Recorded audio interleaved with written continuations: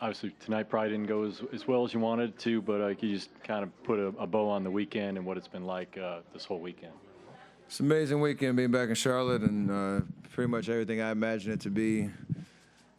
Having my family and friends, people I grew up with, kind of come out and celebrate how influential and important Charlotte is to me and my entire family. So obviously ending up tonight playing in the All-Star game here was very surreal, and one I'll remember for a very long time despite the missed shots and the loss, for sure. Next row back. Steph, Mark Medina, Bay Area News Group. Can you take us through the play where you hit the three falling down over Klay and what the banner was like afterwards? From the time he checked in, we were going back and forth. I wanted to guard him every chance I got, and him vice versa. So I feel like any possession I touched the ball with him on me, I was just going to shoot no matter what. And it worked out in my favor that possession. He fell asleep for a hot second. Tried to close out, and I sold the call for sure. So it's nice to see that one. If I was going to make one shot out of the 23 I took, it had to be that one. Third row on the left side. Anthony Sider with The Athletic. Steph, how surprised were you on the bounce pass to Giannis that he actually finished it? I mean, just take us through that play. I bounced it really high, and a lot of time in between, when it hit the ground to him dunking it. Obviously, timing was unreal. His length, finishing it and getting it before it came down.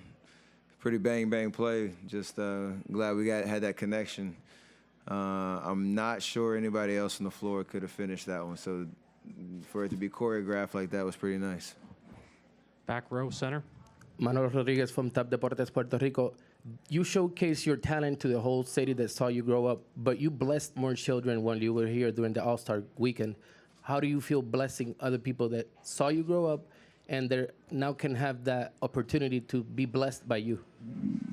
I mean, it's important because there were resources I had growing up that kind of set me on my way here in Charlotte, and I was fortunate in that sense. And so coming back here, there's definitely an awareness and an opportunity to impact the community, not just this weekend, but going forward with certain programs that we're going to have at the Kara Hefner Recreation Center. And so I used to have practices over there, and the entire Charlotte-Mecklenburg Recreation Department, in terms of all the different places that they provide for kids to be able to go, not just play sports, but get a better education, invest in themselves. Me and my family thought that was an extremely important opportunity. And again, something that year after year, hopefully we can come back and continue to reinvest. Jamal right here. Jamal Murphy, Bill Roden on Sports. How good did it feel to get that dunk at the end? Yeah, for all y'all that saw me in L.A. A couple months ago, I redeemed myself. So that was the best part of my night for sure. Front row on your left. Lauren Jones, LA Sentinel. Can you describe the dynamic between you and Klay, and just to be able to go against him? He pointed to you after knocking down a three in the corner, and just talk about that dynamic. Yeah, I mean, we're obviously each other's biggest supporters, but we kind of do it in a fun way. We talk so much trash to each other. Like, there's a couple of sayings we throw out there when each of us is shooting, and we almost get happy when the other one misses. Like, it's just a weird kind of vibe, but it comes from a good place. And so, I was yelling at him. I'll yell at him when we're playing for the Warriors and we're on the same team. I think it's because we feed off of the competition and trying to be better than each other at shooting the basketball. So that always kind of be the vibe for sure. We got Rod on the back left, and then back here for the last question. Rod Boone with The Athletic, right here, Steph. Just wondering what it's like, somebody who was born and raised here, what it's like to see Kemba Walker just get the love that he got from the people tonight and just his career here so far in Charlotte.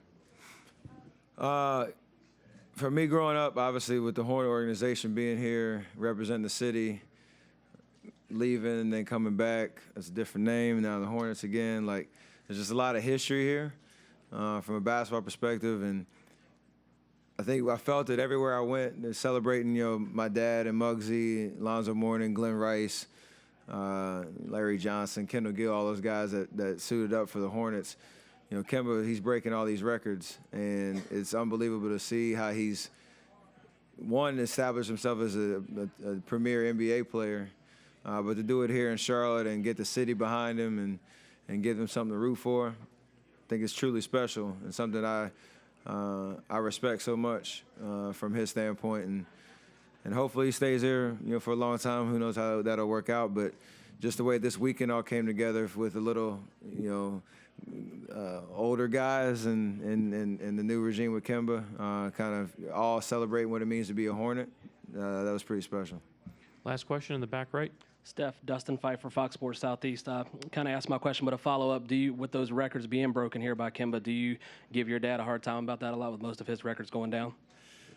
No, my brother was making a joke. He said if the All-Star game was here 2 years ago, they could have announced him still as the all-time leading scorer in Hornets history, but since then, Kemba's broken that. So definitely I don't give anybody, you know, flack for playing 16 years, 10 here in Charlotte, the last original Hornet, and now still in the organization, obviously as a color commentator for the team, and I'm pretty much an ambassador throughout the city and throughout the state. So I've been trying to get him to move out to the Bay, and this speaks to how much of this is home, because it's been a really hard selling point. So this is where home is for him.